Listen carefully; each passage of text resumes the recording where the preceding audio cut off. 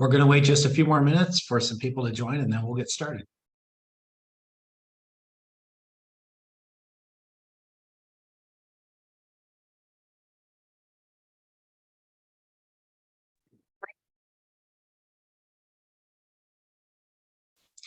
Hey, Renee. Hey, Danielle. We're just going to wait a few minutes for people to join, and then we'll get started.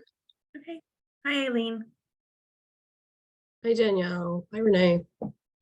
Hi, Aileen. How are you? Good. Ready to talk ESY with everybody today.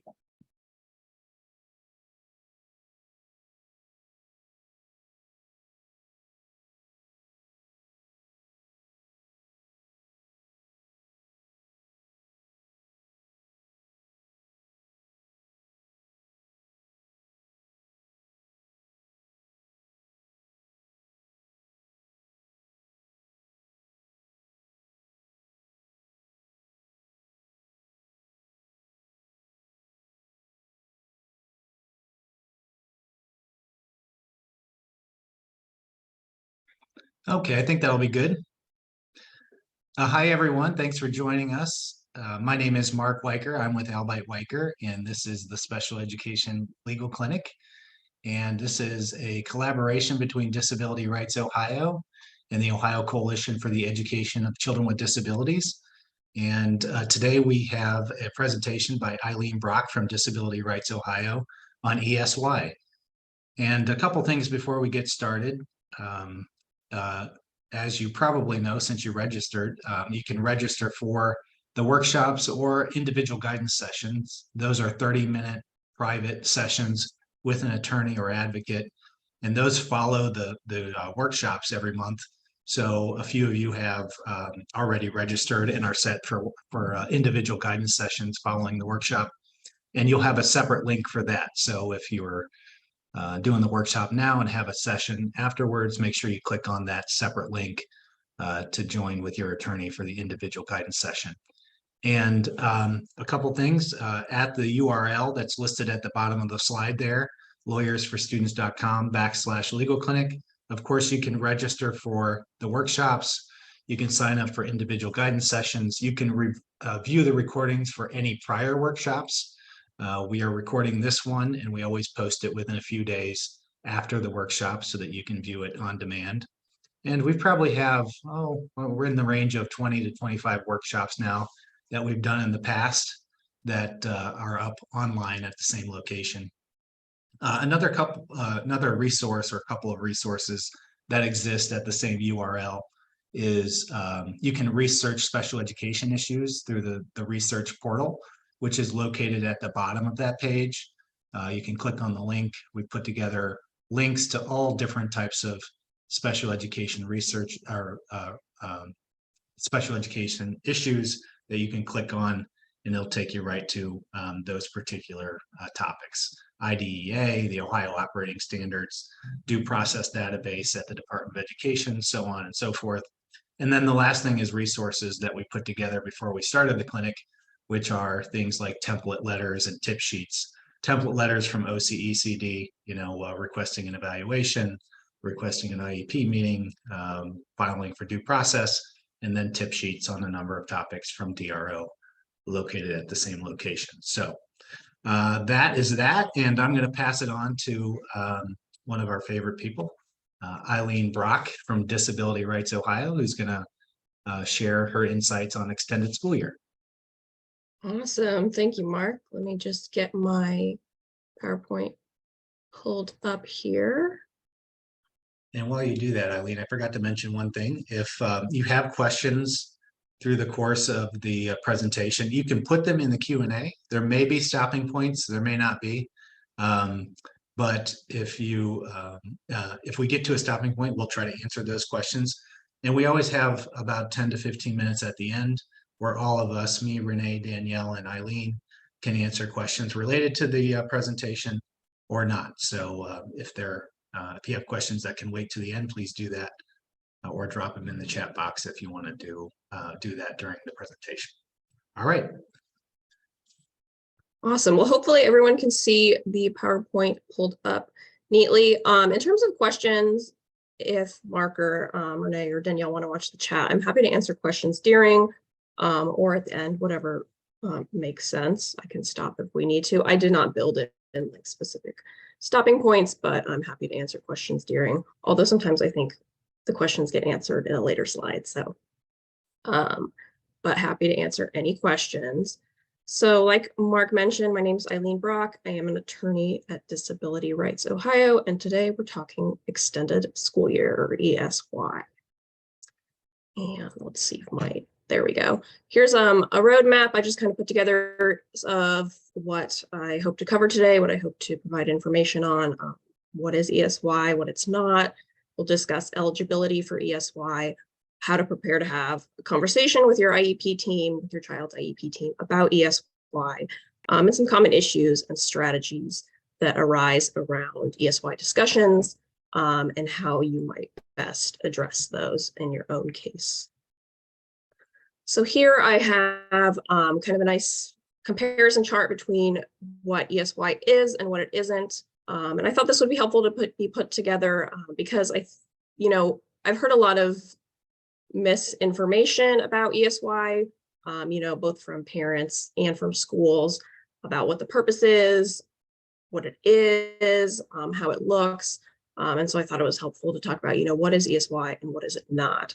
So ESY services means something very specific defined in the law, and they are special education and related services that are provided to a child with a disability beyond the normal school year in accordance with the child's IEP and at no cost. And they also have to meet the standards of the state education agency. And typically ESY services are provided during the summer because that happens to be the longest break and typically when a student is most likely to need those services. But I guess technically there are other times of year when those services could also occur. ESY is not a summer camp or summer enrichment programming that your district might offer to some or all students. It's not required for all students with disabilities, and we'll talk about the eligibility in this presentation. It's not required or intended to maximize educational opportunities. We'll discuss the legal standard, it's for a free appropriate public education.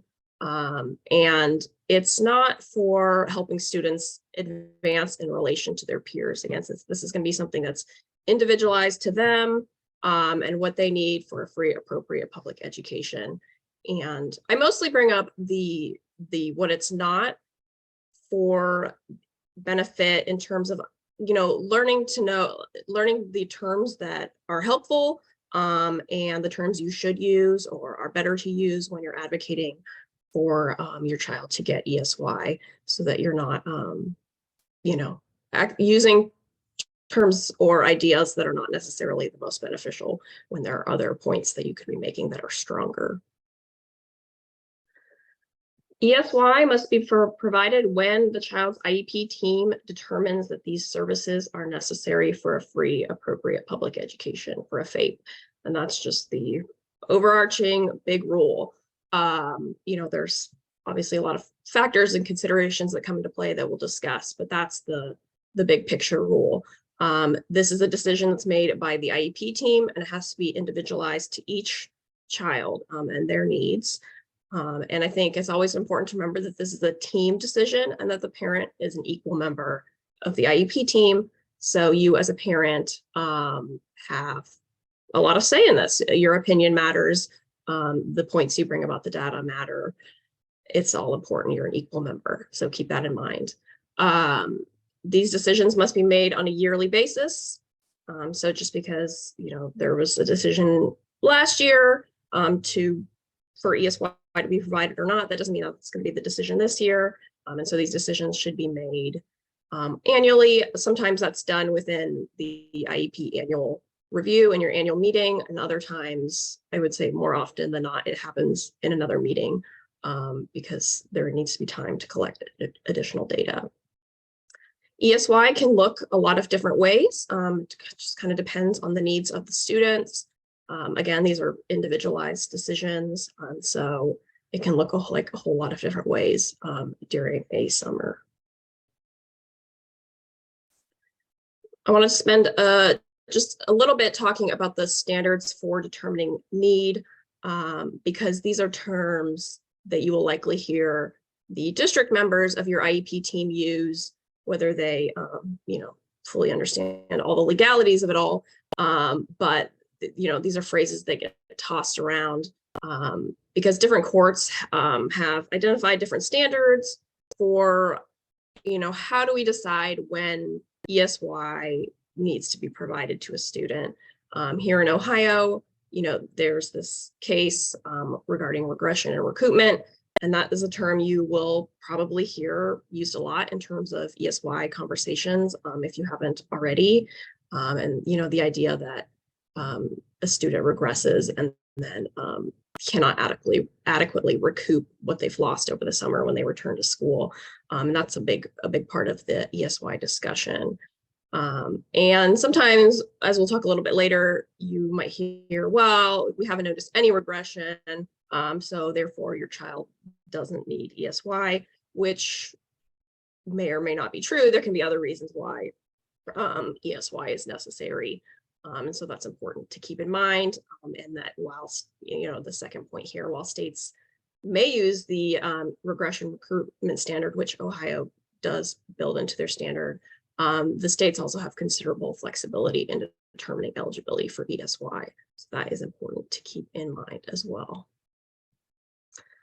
The Ohio standard, Ohio requires that regression and recoupment be considered, but it's not the sole determining factor. The big picture rule is it necessary for a free, appropriate public education?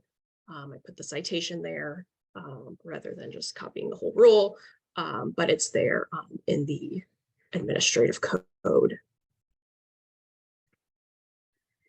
And so when is ESY necessary for a free, appropriate public education? There can be a lot of reasons. And again, it's going to be individualized based on your child and their needs. But some reasons that ESY might be necessary for a free, appropriate public education is that regression and recoupment. Maybe the student does tend to lose skills over the summer and has difficulty regaining those skills when they go back to school in the fall. I think this is the most common reason that we see for ESY, and that the data will support for a lot of students is that there does tend to be a loss of skill over the summer, and then they have some difficulty getting that back. Some other reasons might be the nature and severity of the child's disability. Some students' disabilities impact them more profoundly. Their needs are higher, and it's not a blanket rule, but those students, there might be a greater argument there that the nature or severity of their disability requires ESY for a free, appropriate public education. One other one that comes to mind when I was making this presentation are some emerging skills or breakthrough opportunities. If your student is just about to master something, reading, for example, or just some critical skill that it's the end of the school year, they're almost there, or they're about to have this breakthrough opportunity to learn a skill, and having the summer break would interrupt that or stop that from occurring. That might be a reason why they need some ESY services over the summer to continue, to get that skill, to prevent, make sure that happens and not take a step back, which kind of goes back to that regression and recoupment as well. ESY is not just for academics. I think often the conversation or resources you might read are around academics, which can of course be for academics, but it's not just for academics. So if your child has behavioral needs identified on their IEP, there can be reasons why it's appropriate to have, or why it's necessary for them to have ESY. If their negative behaviors they regress, and negative behaviors increase over the summer due to a lack of structure from school. Those are, that's one reason why ESY might be necessary for a free, appropriate public education. Another thing to keep in mind is that ESY services might not be needed in all areas addressed on the IEP. So as child may have goals and needs identified in a whole bunch of areas, but they may not need ESY in all areas identified on the IEP. And that's why it's really important to look at the data and your child's individual needs in terms of what what's appropriate for them. And we'll get to the data in just a second. But Aileen, I want to pop in really quick if that's okay. So something that I tend to advocate for, in addition to the three you listed, is lack of growth. So lack of growth on a student's IEP goal or with the services that are being provided. And I tend to get some good traction with that argument, but I know that that's not always an argument districts are used to hearing. So have you found that that's something that you've had success with arguing? I have. I think the tricky part that I found with lack of growth is that, tends to show a whole host of other issues as well, just with the services in general. And so that I think that tends to indicate there are larger problems with the services in general, and not just that ESY is what's going to fix that or help growth occur. But I think that's a good point. And one thing too is maybe your child needs ESY. They need that extra time to master their goals, that whole year. They need a whole calendar year and not just a whole school year to master goals, which I think kind of goes hand in hand with Danielle's point there as well. So there can be other reasons. I don't want to, I guess I should clarify that I don't want the bullets here to be the only reasons why it might be necessary. These are just things that come to mind, but certainly if anybody has questions, I'm happy to answer those, but there may be other reasons, and you should absolutely bring those up to your I think that's team. really helpful because I find that a lot of districts, they go on the regression Yep. recoupment, right? We hear that 99% of the time, I think. So being able to understand there are other ways a student can qualify for ESY is really helpful to parents. Yes, absolutely.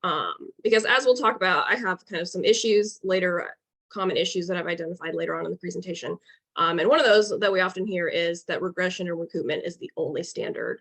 And so if there is not any clearly defined regression or recoupment issues, then they don't need ESY, which is not the case. There may absolutely be other reasons. And as we'll talk in a second, that's why that, informing yourself, preparing for those meetings, preparing for those conversations is so important, because you may face some pushback from districts in this area when you're advocating for your child. Thanks for letting me interrupt. Yeah, absolutely. So just in terms of timing and data, when are these decisions made? In Ohio, there is no cutoff date, and I would say federal law doesn't have a cutoff date either. I know in some states, there's like a date in the school year when every IEP team needs to have made that decision. We don't have that here in Ohio, but I will always say earlier is better.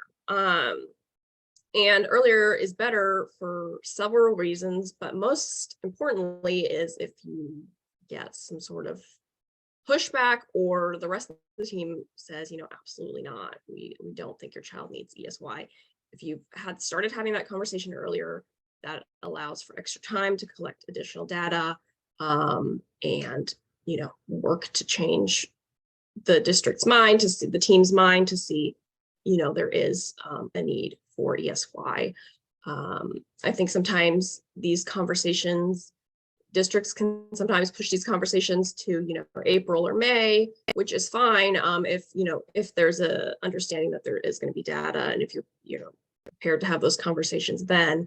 But if you're having this conversation seriously having the conversation for the first time, in April or May, that really limits the time that there is left to collect additional data or, ask for another meeting or consider your dispute resolution options if there's an unfavorable decision and you're in disagreement. So earlier is better. All right, and now the most important part, I think, about all of this is the data. What does the data show? What does it support? Because these are, like anything in special education, these are data-driven decisions. And so,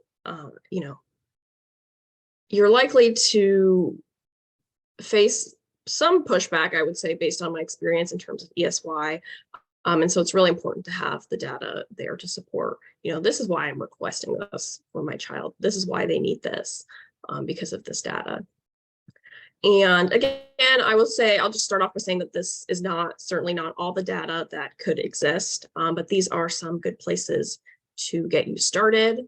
And so one thing might be information that's already in the IEP or the ETR that would indicate, and that might be things, there might be things, especially in the ETR, that show, for instance, that there is a history of, regression or recoupment, those kinds of, your child has experienced that before, or that, there is some sort of recommendation for kind of year-round services, essentially. Another big one is obviously their progress on their IEP goals. Those IEP progress reports, I think, is the biggest source of data when these conversations are happening. It's certainly something I always look at, and something I tell parents always to look at is, what is being reported? Are you seeing growth? Are you seeing regression? Is there stagnation? And so really digging into those progress reports. And I will say this is only helpful if it's only as helpful as for as well as the progress reports are written, right? If you're not getting great IEP progress reports, that's another issue that I would recommend, addressing with your IEP team to make sure that you're actually getting data points on those IEP progress reports, so you can see growth or regression or ups and downs, whatever it is. And so, for example, if your IEP progress reports just say things like adequate progress or making progress, just little terms, which we see a lot, that's not as helpful as it could be, and arguably not what, as compliant as it could be. They should be giving you some additional data. And so if you are getting progress reports like that, you can ask the district to provide you with specific data points or kind of that raw data. So you can see, what are they using to put these words adequate progress? How are they deciding that? And you may notice from getting that data that, okay, well, maybe there are some patterns here.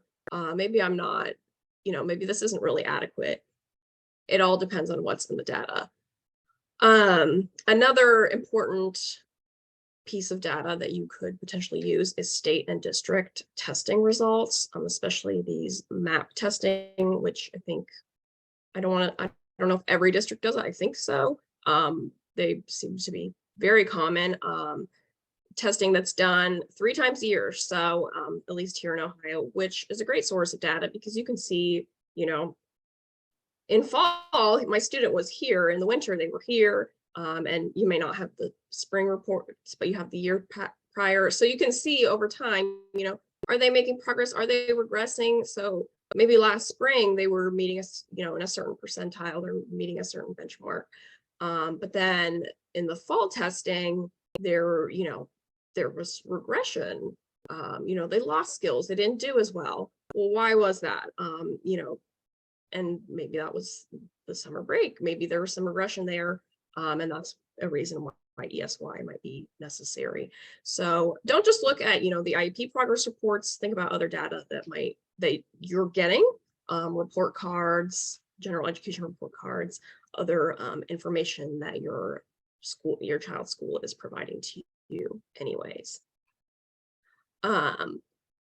Less common, but this can be very helpful.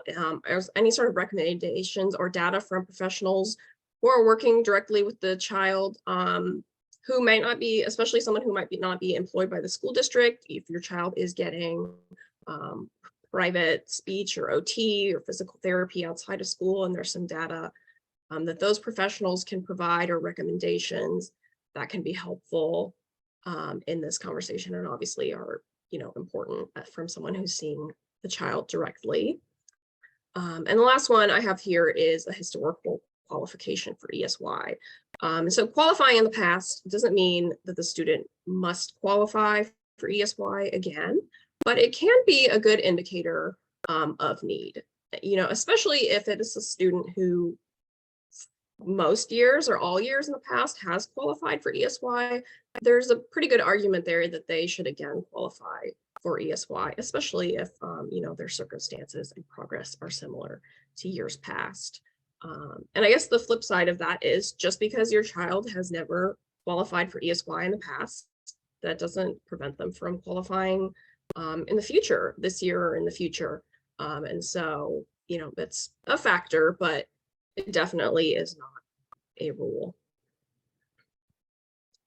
All right, and now preparing for the ESY meeting. So you know this, you're starting to look at that data.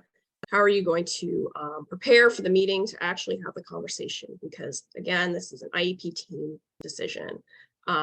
Request a meeting in writing. If there isn't already a meeting scheduled, request one in writing. An email is fine, just to create that documentation. You know, I want to meet about my child.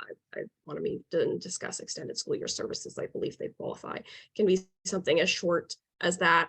We have some sample letters on the Disability Rights Ohio website, and I think OCECD also has sample letters on their website if you want to use that language to request a meeting to discuss ESY.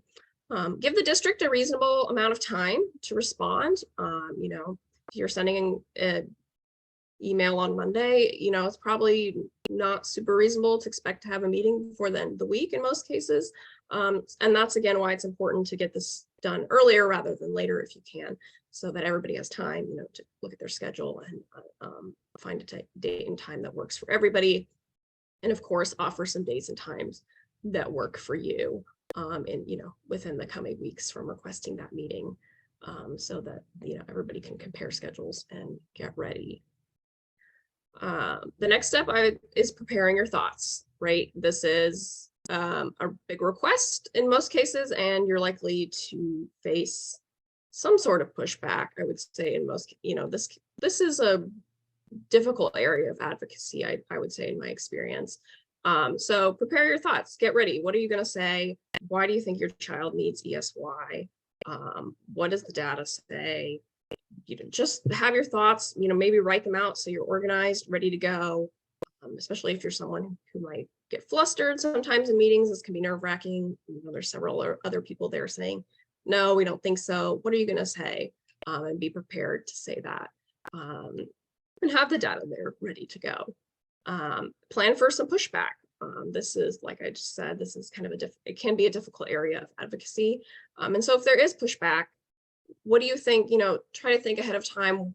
What will that pushback look like, do you think? And how are you going to respond? You know, what they say, well, there's no regression. We're not seeing that regression or recoupment issues. Well, how are you going to respond to that? Actually, you know, like let's take a look at the data again. Here you can see, and just be prepared to have responses for any sort of pushback.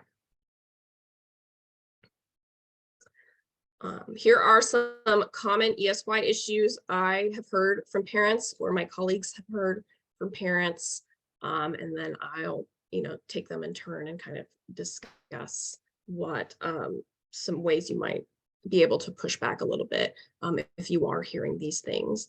The first one, like Danielle and I mentioned a little bit ago, is the district saying regression and recoupment is the only thing they need to consider, and this child, you know, isn't showing regression.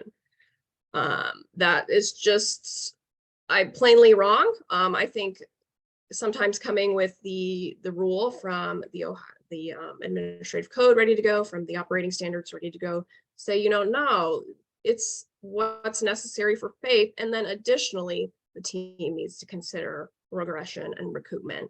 So yes, regression and recoupment is absolutely part of the conversation, but it's not the only part of the conversation. And sometimes that can, you know, that can get you some traction there. You can also try asking if your district has an internal ESY policy and what that says about ESY.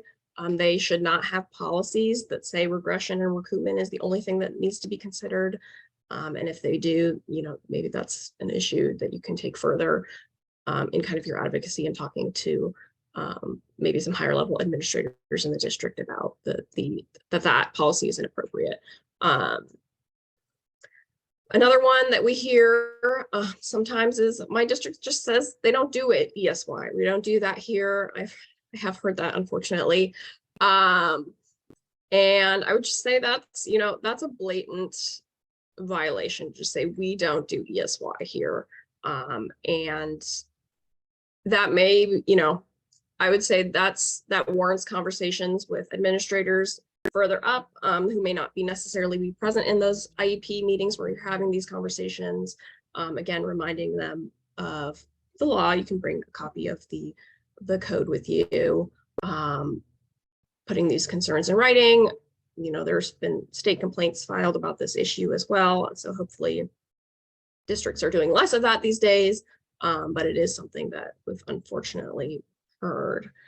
Another one I've heard personally is, teachers don't work during the summer, so there's nobody to provide ESY. Which again, maybe the teachers in the district, their contract doesn't run through the summer. That's fine.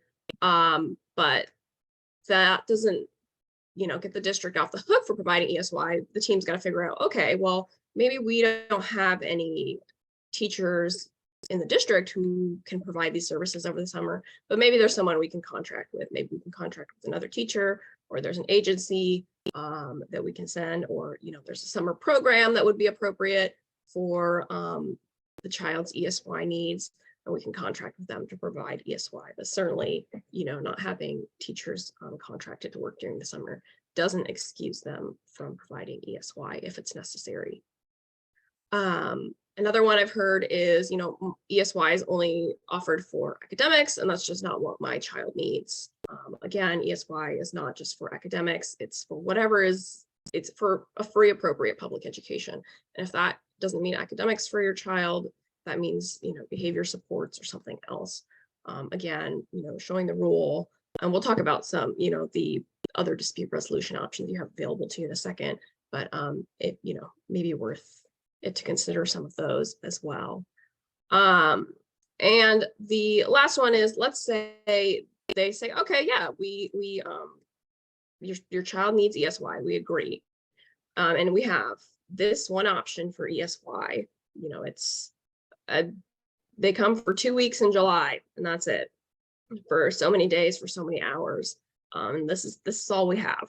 And so just that one service delivery option, which, may be appropriate for some children, a lot of children. And again, everything is individualized, but let's just say, for whatever reason, that just doesn't make sense for your child's individualized needs. Maybe they need, just a little bit of time every week. They just need something different than the one option. Again, these services have to be individualized to the child, just like they are, just like their IEP services are during the school year.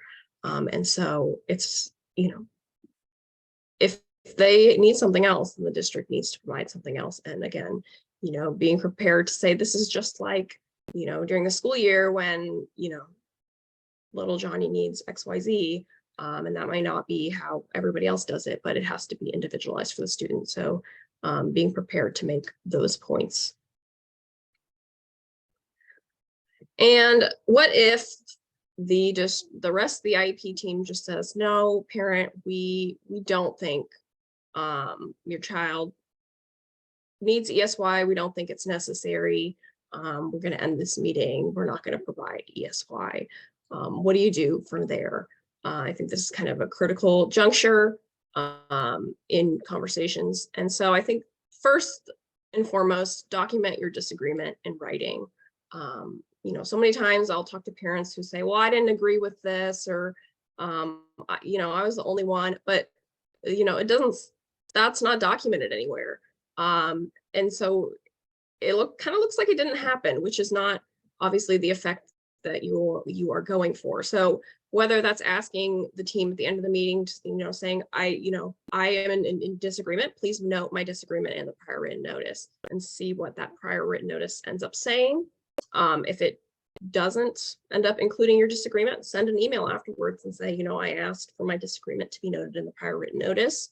I noticed it wasn't. I'm still in disagreement for XYZ reason. Please attach this email to the prior written notice in my child's file. And just to keep that email noting your disagreement with that prior written notice in their file. Or, if you forget to ask for it to be included in the prior written notice in the meeting, you just send the same email afterwards and say, I'm in disagreement. I would like this to be noted and kept in my child's file, so that you're creating a written record of your disagreement. Another thing to do, to consider doing, is asking the team to reconvene at a later date. And that goes hand in hand with the next point of getting additional data. And some of this may require you to ask, of course, the district staff to collect that additional data. And again, that's why it's important, if you can, to have these conversations earlier rather than later. So let's say you're meeting in the fall, and they say, you know, we don't really see the evidence that ESY is necessary. Okay, well, we have this upcoming winter break. Like, let's collect some data before and after winter break. You know, if this makes most sense, of course, if regression or recoupment is kind of the suspected reason for needing ESY. Let's take some, you know, probes before winter break and then after, and then a few weeks later, and, you know, asking the district to take that kind of data. And let's meet again and look at the results of those probes and see, you know, what, you know, was there regression during this shorter time period? Was there not? That's just one way you can ask for additional data to be collected, and asking the team to reconvene. And certainly if you have some sort of outside information that you think you can get before another meeting, that's helpful as well, especially if your child is, you know, working with someone outside of school. Maybe you need some time to go talk to that person and get some data together and reconvene the team at a later date. You can also consider requesting an outside evaluation or an IEE to bolster your request. Again, this is something that works better if you ask sooner rather than later, because these evaluations can take often several months to complete. And so if you're asking at the end of the school year, that does give you a whole lot of time for that upcoming summer. You know, consider involving the services of a special education advocate. If you're having a hard time getting your team to agree, and you feel like you have all the right points, the data's on your side, the law's on your side, but for some reason you just can't get them to see your point or your view, sometimes bringing in the services of a special education advocate, someone like Danielle, who's great, to come in and, you know, help you make those points and get the district to see, you know, okay, ESY is necessary for a free appropriate public education in this case. And again, that's something that's, well, it's great. That's another reason to have things done earlier rather than later. If you do want to bring in an advocate, you know, you need to give an advocate time to, you know, look at your case and see if they're going to be able to come and make the arguments that they're hoping that you're hoping that they'll make. And the last thing is to consider your available dispute resolution options through the Ohio Department of Education. You can ask for a facilitated IEP meeting or mediation, a written state complaint, or a due process hearing. And so, you know, facilitated IEP meetings can be great in this area if the district is just not hearing you or giving you a chance to speak on your points and your data. They're kind of rushing you. A facilitator can help say, hey, okay, let's give the parent a chance to speak here and let's hear their points. Well, district, what do you think about that? That can be helpful. Mediation, of course, is a little bit more formal, but sometimes that can be some additional leverage needed to resolve the issue. If there are just blatant violations, a written state complaint can be a good option, and asking the Ohio Department of Education to investigate those issues and you know, order corrective action, assuming violations are found. And then, of course, the most formal, a due process hearing, which, you know, I would always recommend talking to an attorney before doing something like that. And again, that's something that's all of these really, but you know, especially something like a due process hearing is better done earlier rather than later, because all of this takes time to prepare and get ready for. So the theme here is really early. These lastly, I just have some resources. Mark mentioned some resources at the beginning. I think that's exactly what I linked up here. At Disability Rights Ohio, we have our Self-Advocacy Resource Center. You can see we have a lot of publications and some sample letters related not to just ESY, but all sorts of special education and also more disability general publications. The Ohio Coalition for the Education of Children with Disabilities has a ton of resources on their website as well, along with sample letters and, parent mentors and advocates that you can contact as well if you're having issues with your district. And then, of course, Mark and the lovely people at AW, they have their website, and they have some great information on their blog as well. And you can, like Mark said at the beginning, you can also see recordings of past sessions that might be helpful to you as well. And then I think now is time for question. I put DRO's contact information here. You're certainly welcome to contact our organization. Can't help everybody exactly the way they want to be helped all the time due to resources, but we try to give everybody at least some information. So feel free to contact us if you have questions after today. And I think that's it. Perfect timing. Thank you.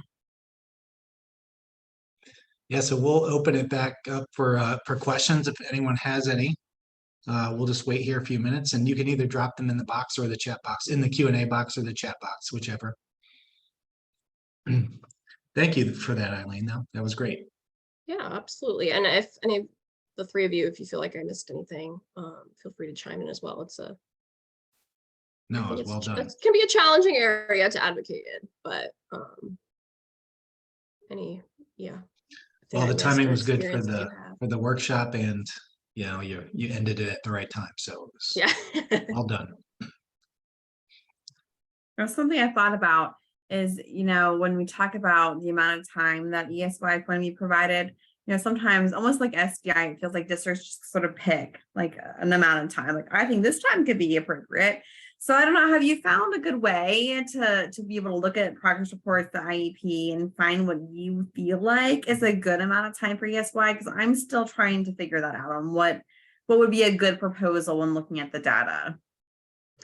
Yeah, I think it's hard, right? There's no like good rules or guidelines on that. I mean, I think the SDI that's provided during the school year, like the amount of those minutes is a good place to start and consider, like, especially if they're not making progress, maybe then it needs to absolutely be more than that. But I think what they're getting during the school year is a good place to start to see, is this appropriate? Are they making progress? Like, would this amount help them, prevent regression? Yeah, that's a good point. I think sometimes we're just happy that the kid gets a ESY, Yeah. Like, we're just happy we're gonna get.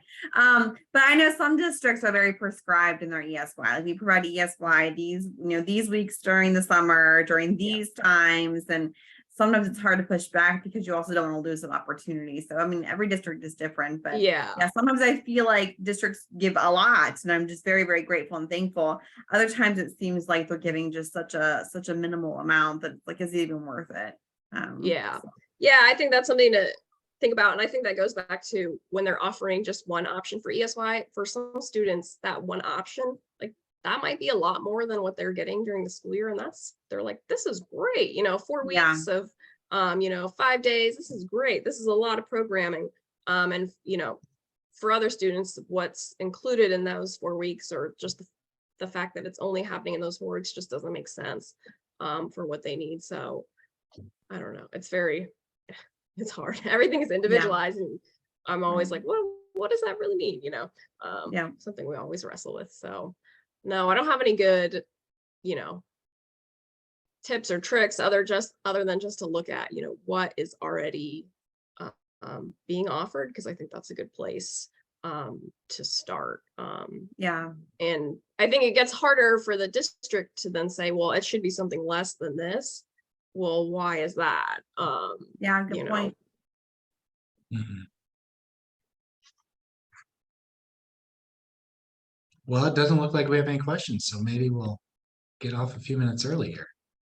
Awesome. Well, again, thank you very much, Aileen. That was well done. And the recording of this will be online at the URL lawyersforstudents.com/legal clinic. I'd say within 2 or 3 days for sure. So, and if you haven't signed up for the next one, you could sign up at the same place. We have another 4 or 5 workshops after this, and let me take a look before we get off just to see what the next one is.